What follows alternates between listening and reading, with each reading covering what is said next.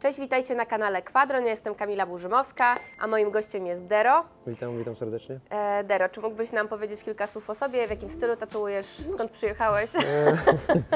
Przyjechałem w sumie stąd, czyli z Warszawy, ale bardziej, jakby to powiedzieć, jestem z takiej małej miejscowości, która się nazywa Twardogóra, koło Wrocławia. No i co, w stylu. Ciężko to też troszeczkę nazwać, ja to kiedyś nazwałem Dero School. Ale takie bardziej połączenie, jak kojarzycie film Maskę, no to tak jak troszeczkę są rzeczy realistyczne w połączeniu troszeczkę z takimi bardziej kreskówkowymi. To ciekawe porównanie. Takie trochę. Ale masz rację, teraz już bardziej No jestem takie w trochę stanie. jest to taki, ma to trochę taki ten sens, nie? Tak No właśnie przed wywiadem przyznałam się, że nawet trudno byłoby mi określić Twój styl, ale teraz odkąd powiedziałeś o tej masce, to rzeczywiście coś w tym jest, że, takie że teraz trochę, tak łatwiej do tego podejść. nie można tego nazwać taki typowo kartunowy. Tak. Czasami zazwyczaj, czasami, bo jak zależy jak robię taki typowy kartunowy, to okej, ale jak robię realistyczne coś, to wolę bardziej troszeczkę dodać, żeby to takie trochę było inne. Nie takie typowe realistyczne, ale tak, No i jest też dużo kolorów. musi to, kolor to musi razić. Jezu, kocham, uwielbiam takie określenie. Ja już wspominałam, mam jaśniutką karnację, więc tak, wszyscy tatuatorzy tak patrzą na tą moją karnację z takim Idealna do koloru. I cieszę się, bo ja też właśnie w ten kolor zawsze uderzam, ale czy Ty też zawsze od samego początku chciałeś tatuować się w kolorach? Znaczy początki były takie, że wiadomo, tych kolorów było mniej i wszystkie prace były w greywashu, czyli czarno-szare. Nawet tam dłuższa już taka forma, kiedy to już jakby ten tatuaż mój był powiedzmy profesjonalny, czyli już praca była w studio i w ogóle, to też więcej robiłem tatuaży greywashowych. I tak kiedyś mnie kolega tam się zapytał, a to zrób mi jakieś tam małe coś kolorowego takiego, to był chyba Gizmo z, jak ten film się nazywa? Critersy chyba, czy nie Critersy, już mniejsza, No ale teraz pomyliłem. ja wiem o czym mówisz, ale ja to miałam całą pamięć I tak jakoś spodobała mi się ta forma po prostu pracy. Bo z greywashem jednak jest to, że jak się robi portret i troszeczkę ciemniejszej tonacji się użyje, to już ciężko jest to wydobyć. A w kolorze jednak jest łatwiej troszeczkę, nie? I tak mi się to spodobało, że tutaj ten kolor. A zazwyczaj jakby w szkole podstawowej też dużo się malowało i w ogóle, więc to jakoś tak nie myślałem jakby wcześniej o tym. A teraz jak najbardziej, jak kolor to tylko, nie? Jak mam już robić, bo greywash jakoś mi tak zrobię, ale wolę jednak, jak jest dużo kolorów, jednak troszeczkę. Ja Cię też mimo wszystko zawsze pamiętam z takich pokręconych, kolorowych prac. Tak. I to pokręcenie właśnie rażące, zawsze mi się muszą podobało. być kolory rażące. No i to mi się super podoba, absolutnie. Prywatnie dla mnie to jest idealna sprawa. Wspomniałeś, że jesteś z innej miejscowości niż Warszawa, która jest pod Wrocławiem. We Wrocławiu, z tego co pamiętam, tatuowałeś, obecnie jesteś w Warszawie. Tak, jestem w Warszawie u juniora, teraz w junioring. Super. Tatuujesz już od 20 lat. To jest jakoś kupa tak, czasu. jakoś Znaczy, tak, mnie to zaskoczyło, kiedy tak usłyszałam o tym przed wywiadem, bo jest to kawał czasu mimo wszystko. Na pewno przez ten czas pracowałeś w różnych studiach tatuażu i na pewno Trochę było.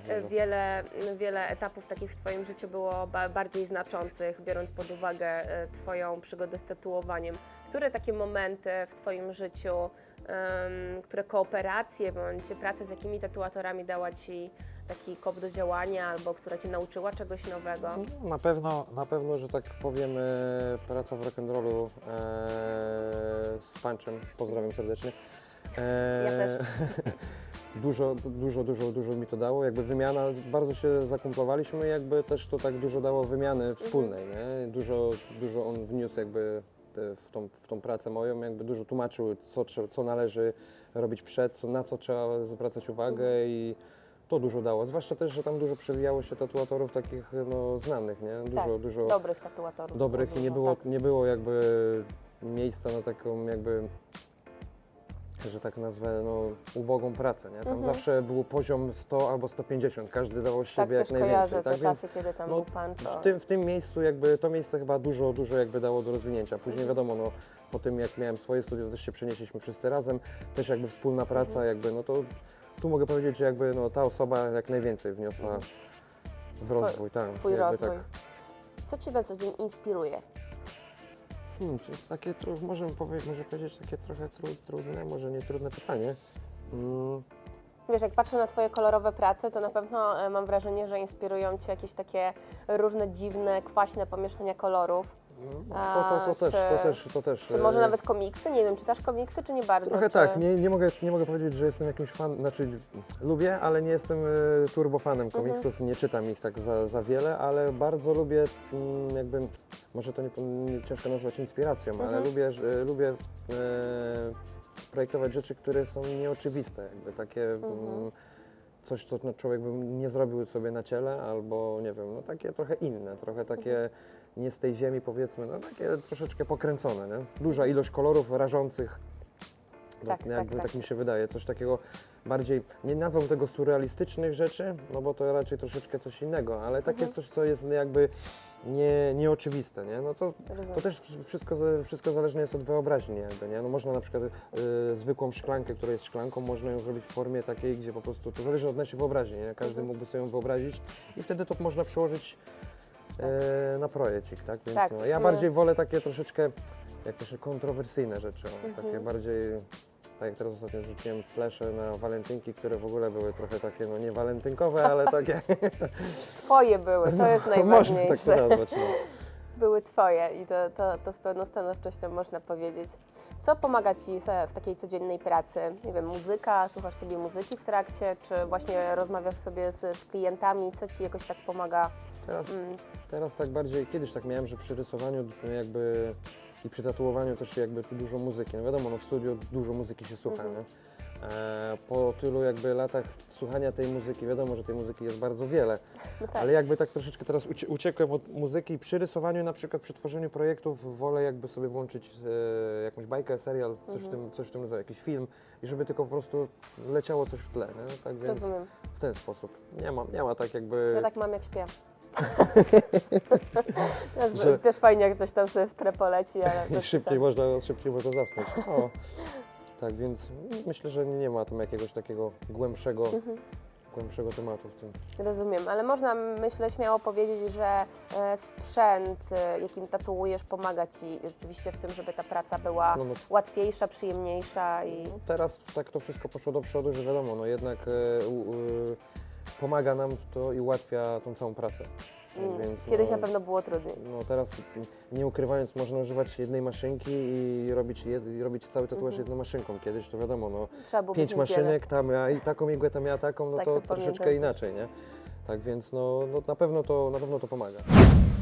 No i też to, że wiem, że pracujesz na kartridżach Padronu. Tak. Też możesz sobie różne te kartridże kupić i w różny sposób ich używać. No dokładnie. A co cenisz w tych kartridżach? No to, że... Co można cenić? No to, że jest, jakby to powiedzieć, ułatwieniem. Mamy powiedzmy, no tak, jak najbardziej. Mamy powiedzmy, tam każdy używa do pracy swojej różnych tam konfiguracji. Tak, słyszałam o tym. Niektórzy używają 10, ja to czasami użyję nawet i 10 kartridży do Naprawdę? jednej pracy. Zależy, czasami na przykład jest ich tam powiedzmy 10 sztuk, użyje się tylko 3. No, ale to, że tak jak wspomniałem wcześniej, no, mamy tą jedną maszynkę i po prostu szybka zmiana, nie? Czyli po prostu nie trzeba, czasami trzeba było zmienić drut, jak się miało mniej tych Tak, maszynek, to trzeba było było na cały pewno zmienić bardziej drut, przerwa zrobić i w ogóle. Teraz jakby to jest łatwiej, no bo wiadomo, bierzemy tylko zmieniamy cyk i to już szybciej to pracuje, nie? Konfiguracja tych igieł no, Jest ciekawa. jest ciekawa, jakby wiesz, no też grubości tych igieł, no mnóstwo tego jest, tak więc no, każdy sobie może coś w tym znaleźć, co mu odpowiada i pasuje, tak No więc. i Ty to sobie znalazłeś. A jest tak może, że masz jakiś taki ulubiony swój kartridż, że jakimś takim zawsze... 15 15 Magnum, to zawsze. jest taka, to Okej. jest taka moja ulubiona, 15 i 9 liner, to jest Okej. takie moja ulubiona, no, zwłaszcza do kolorów to też ja lubię jakby w zależności do czego, bo tam jeśli robię te swoje takie ala powiedzmy kartonowe, no to wolę na medium taper, czyli one są takie bardziej wbijają ten kolor. No kiedyś jak się lutowało samemu igły, to można było 0,40 użyć, to one już takie grubasy były, to wiadomo, no to już można było wtedy szybciej ten kolor wbić i w ogóle, nie? Tak Jasne. więc Czyli jakbyś miał trafić na bezludną wyspę, to wziąłbyś te dwa ze sobą. No myślę, że bym sobie poradził. I byś sobie sam uklepał fajne tatuaże. Myślę, że A bym jakie sobie... 3 kolory byś wtedy wziął ze sobą? Chyba podstawowe, tylko teraz chyba nie chcę ich wymieniać, bo mogę palnąć, że to nie będą te, ale chyba tu Nie, to bardziej tak dla wszystkich ludzi. A, no to typu na- czerwony, żółty, nie jakiś No to tam. musiałbym chyba, to na pewno byłby jaskrawy, jakiś zielony, taki nuclear green, coś takiego. To na Takiego pewno. nie mam na ciele, no. No to taki rażący, taka niby to zieleń z żółcią, taka połączona, coś takiego. To na pewno to różowy. Bo Też lubię. tak Różowy czułam, uwielbiam. że czułam. Różowy, no i myślę, że jakiś z niebieskich takich, ale bardziej taki, żeby zbity był, nie rażący, ale troszeczkę taki stonowany, to wtedy by to nam, wtedy idealnie w tych kolorach by to kontrastowało. Mhm. Masz jakieś wykształcenie plastyczne, czy jesteś Nie, samoukiem? ja nie, raczej samouk. No i Jestem zajebiście. stolarzem. O, czyli jeżeli nie byłbyś tatuatorem, to zostałbyś stolarzem? No, myślę, że tak chciałbym sobie tak z czasem coś tam, jak już gdzieś tam sobie osiądę, to chciałbym sobie też tak grzebać w jakimś takim, może to łączyć jakby z tym pracą artystyczną troszeczkę. Nie mówię, że będę robić meble, nic z tych rzeczy. Czemu nie? Pokręcone, No na pewno, kolorowe, na pewno nie magentowe. na pewno nie takie zwykłe, jak są takie, wiesz, szafki czy coś w tym stylu, nie? Ale no... Jakieś stoliczki. Tak, właśnie myślałem o tym. Wykorzystywanie na przykład z lasu takich, wiesz, jakichś takich, jak masz złamane drzewo, pień i do tego połączyć coś z jakimś szkłem, coś takiego, nie? Albo to ostatnio sobie pomyślałem, może już jest coś takiego, nie wiem, nie widziałem, chociaż no dużo teraz rzeczy się pojawia. Robienie coś takiego, jakby rzeźbienie w drewna, żeby podtrzymywały postacie na przykład, nie? Czyli masz człowieka albo jakieś dłonie, czy coś w tym rodzaju. To takie, bardzo to fajnie też uspokaja jakby i widzisz, że masz materiał i później coś z tego powstaje. To jest też ciekawe musi jakby, być nie? fajne, no. Tak więc no, moim zdaniem wiele tatuatorów szuka też i zajmuje się innymi rzeczami, nie tylko skupia się na tatuowaniu. Wiadomo, początki były takie, że to tylko tatuaż, bo to jest jak najlepsze, ale to jednak... Droga życia. Tak, jednak ten tatuaż, tak mi się wydaje, no ja nie mówię, że z niego zrezygnuję, bo to jednak ja No ja sobie nie raczej... wyobrażam, żebyś z niego A zrezygnował. raczej nie, ale jakby troszeczkę tak szuka się czegoś takiego innego troszeczkę jakby, Jasne. wiesz... Rzeczywiście tak jest, że wielu tatuatorów często wspomina o rzeźbieniu, No. o malowaniu też po prostu jakichś dużych Tak, obrazów czy printów. Też malujesz sobie w domku? Trochę coś tam maluję jakiś czas ogólnie, no nie mówię, że go nie ma, ale od chęci też zależy, nie? Coś tam malujemy, coś tam... Uważasz, że każdy tatuator powinien malować? Czy... No, moim zdaniem to jest podstawa jakby, rysowanie i malowanie, tak więc, bo to też jakby pomaga to przy pracy na skórze, moje takie zdanie jest. No wiadomo, teraz wiele ludzi używa tych tabletów, nie mówię, że to jest złe, żeby tam nikt mnie nie zrozumiał źle, ale jednak ja wychodzę z założenia, że jeśli robię rysunek na kartce i używam powiedzmy mazaków i tam jakichś innych rzeczy, to jeśli wykonam pomyłkę na nim, to nie mam opcji cofnij. Tak samo na skórze też nie ma opcji prawda. cofnij, czyli jednak po prostu w tym momencie mózg musi stworzyć coś, co da się to naprawić i albo schować, albo ukryć. I w tym momencie to zależy też od kreacji, nie? Czyli w tym momencie może powstać coś nowego jakby, nie? Tak To bardzo ciekawe kiedyś sobie tak wymyśliłem, jak właśnie robiąc kontury i jakby łącząc długie linie i gdzieś było na przykład gdzieś zakrzywienie albo było widać łączenie, to robiłem kreski po prostu takie dodatkowe i wtedy to nie było widać, że jest łączenie, a dodawało to jakiegoś takiego smaczku, nie? Czyli Jasne. tak zawsze to, każdy ma swoje jakieś patenty na to, nie? Tak więc no, różnie to można... Nie, no dobrze, że są jakieś patenty, jeżeli coś nie wyjdzie, gdzieś się ręka usknie, że to można gdzieś tam z najważniejsze, tego żeby się tatuator uratować. nie mówił, nie? Wiadomo. Teraz już wiemy. Tam, gdzie będą jakieś randomowe kreski, Tak, to wiadomo. to trzeba szukać, czemu Czyli to się wydarzyło. to jeśli będą, to coś nie wyszło. Nie wyszło. Nie, absolutnie. Twoje prace każde wychodzą, moim zdaniem, są piękne. Natomiast o co bym chciała jeszcze Ciebie zapytać, to na pewno to, czemu jednak do tej Warszawy tutaj przyjechałeś, bo pracujesz u juniora, ale z tego Wrocławia jednak zdecydowałeś się przeprowadzić. Znaczy, no, to też była taka kwestia, że ja zamykałem studio akurat i stwierdziłem, że jednak nie nadaje się na prowadzenie jakby na szefa, na biznesmena powiedzmy, bo to jednak prowadzenie studia, zależy jak to do tego podchodzi, tak? Więc ja stwierdziłem, że jednak to mi zabiera czas taki, który jakby skupiam się na pracy. No i stwierdziłem, miałem dwie opcje, bo to tak było, myślałem o Poznaniu i o Warszawie, ale jednak tak coś czułem, że w tej Warszawie coś mam jakby, coś muszę tutaj zrobić. No i Jakby bardzo taka dobrze. misja taka, czułem, że tutaj coś Bliżej muszę, mi do Ciebie. że coś muszę tutaj zostawić, coś muszę tutaj zrobić. Nie wiedziałem jeszcze, może już coś tam mniej więcej wiem, co to jest, ale jeszcze może nie będę mówić. Nie, ale fajnie, że jesteś tutaj, bardzo się z tego powodu cieszę. E, Wspomniałeś, że rzeczywiście lepiej siebie widzisz w roli tatuatora niż szefa.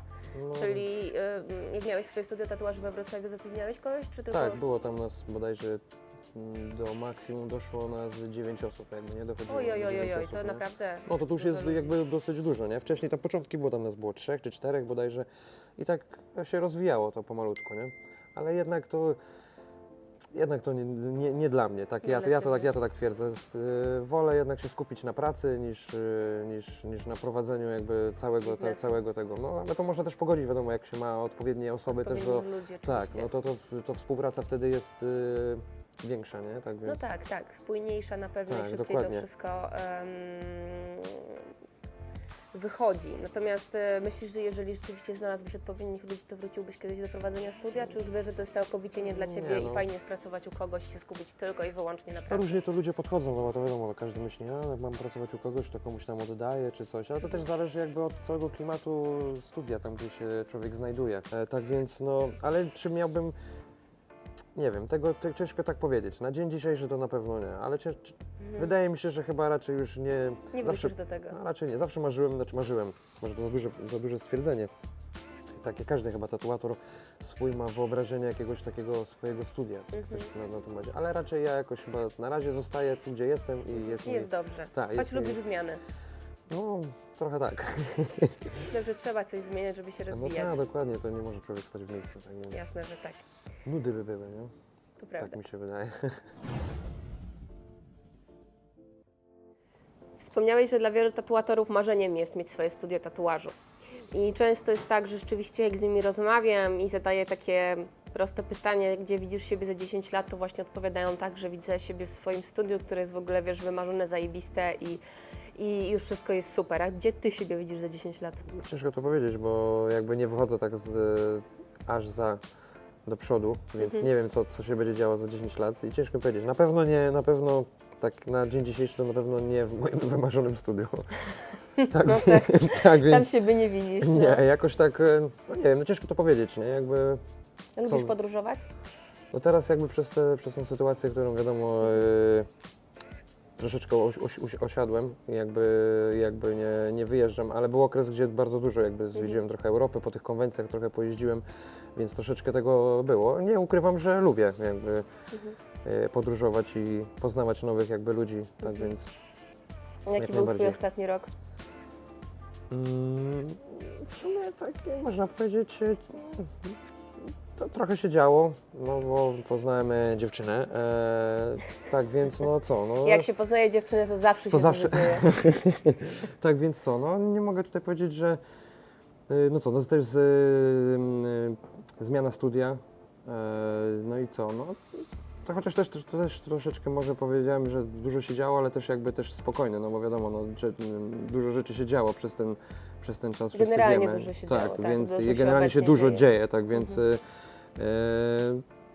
no, staram się jakby też nie brnąć w to wszystko jakby, nie? I jakby podążać swoim torem i takim spokojnym, jakby wiadomo, no, jeśli jest, no to, jeśli nie mam na wpływu na pewne rzeczy, no to wiadomo, no nie da To się nie tego starasz zmienić, się za tak, wszelką ale cenę jakby, na nie wpływać. tak więc myślę, że to... Biorąc pod uwagę rzeczywiście obecną sytuację, jaką mamy, wpłynąłeś trochę na sytuację tego, jak możemy pomóc chociażby Ukrainie i obywatelom Ukrainy i rzeczywiście razem ze Studiem Junioring wystawiliście Tak. wasze 4 sesje sesje bodajże, na Allegro. Jak do tego doszło? Rozumiem, że szybko się No, złapaliście, poszło pytanie w ogóle, czy ktoś jest chętny w ogóle potatuować albo zrobić jakąś sesję i żeby wspierać tych ludzi. No i ja od razu, ja ogólnie jestem człowiekiem, że ja lubię pomagać. No to właśnie chciałam więc, zapytać. więc jakby stwierdziłem od razu, mówię, dobra, to ja się piszę jakby co i jak. No i tak to poszło. Junior mówi, dawaj tu nagramy filmik, co i jak. I później Nixon, później Alex, no i tak szybka akcja była, nie? Super, bo udało Wam się zebrać kilkanaście tysięcy złotych, to jest szybko, to naprawdę szybko duża poszło, kwota, tak, więc gratuluję i naprawdę bardzo fajnie, że podeszliście do tego tak szybko i że udało się tyle tych pieniędzy zebrać. Natomiast rzeczywiście trudno byłoby to wszystkim ogłosić, gdyby nie było social mediów i tego typu, dokładnie. stron, które gdzieś pomagają dotrzeć do dużej ilości ludzi. Jak zapatrujesz się na social media i na rozwijanie kariery tatuatora przez takie strony? Na wstępie powiem, że nie umiem w to grać, ale widzę, że no bez tego jednak no człowiek nie istnieje, nie? Jakby pomimo to, czy mógłby być nawet super tatuatorem, czy super artystą i ogólnie robić super pracę, wydaje mi się, że bez tego jakby no ciężko jest, no, chociaż może ciężko dotrzeć, no na pewno tym początkującym ciężko byłoby dotrzeć do grona ludzi jakichś tam, ale no jednak jest to potrzebne, nie? Jest dobre narzędzie do promocji. Wiadomo, że to i tak teraz wszystko to się to zmienia i te zasięgi lecą i w górę i w dół, też trzeba to obserwować, kiedy to wrzucić, o której Tak. godzinie, co i jak, tak więc Nie dla Ciebie. no, dużo to jest jakby dodatkowa praca, nie? To jest jakby dodatkowa praca, pomimo że człowiek tam coś tam chce stworzyć, praca tam tatuatorska plus jeszcze życie i w ogóle, no to plus tam jakieś tworzenie innych rzeczy, to jednak trzeba się skupić na tym i wiedzieć jakby jak to działa, jak to funkcjonuje, tak, na pewno jak to trzeba. narzędzie, tak.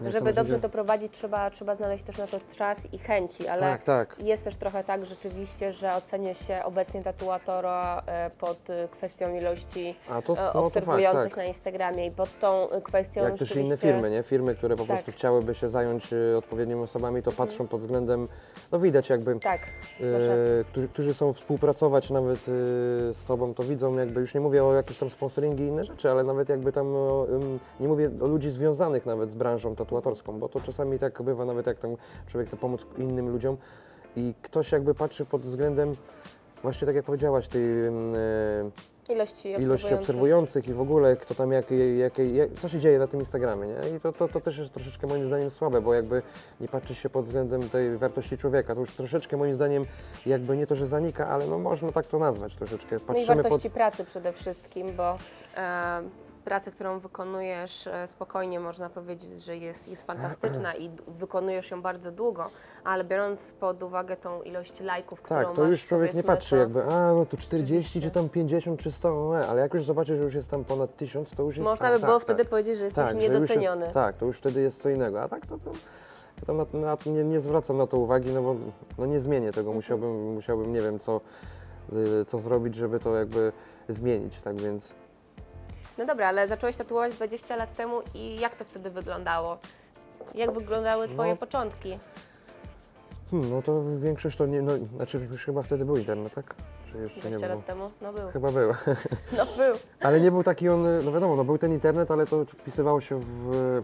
Nie było Facebooka. Tak, no na pewno. Nie było Facebooka i tych innych rzeczy, czyli to trzeba było szukać, jakby tam jakiś tatuaż się trzeba było zrobić, to wpisywało się w internet, to dochodziło się do kafejki, bo nie każdy wtedy miał ten komputer i internet, więc to troszeczkę inaczej.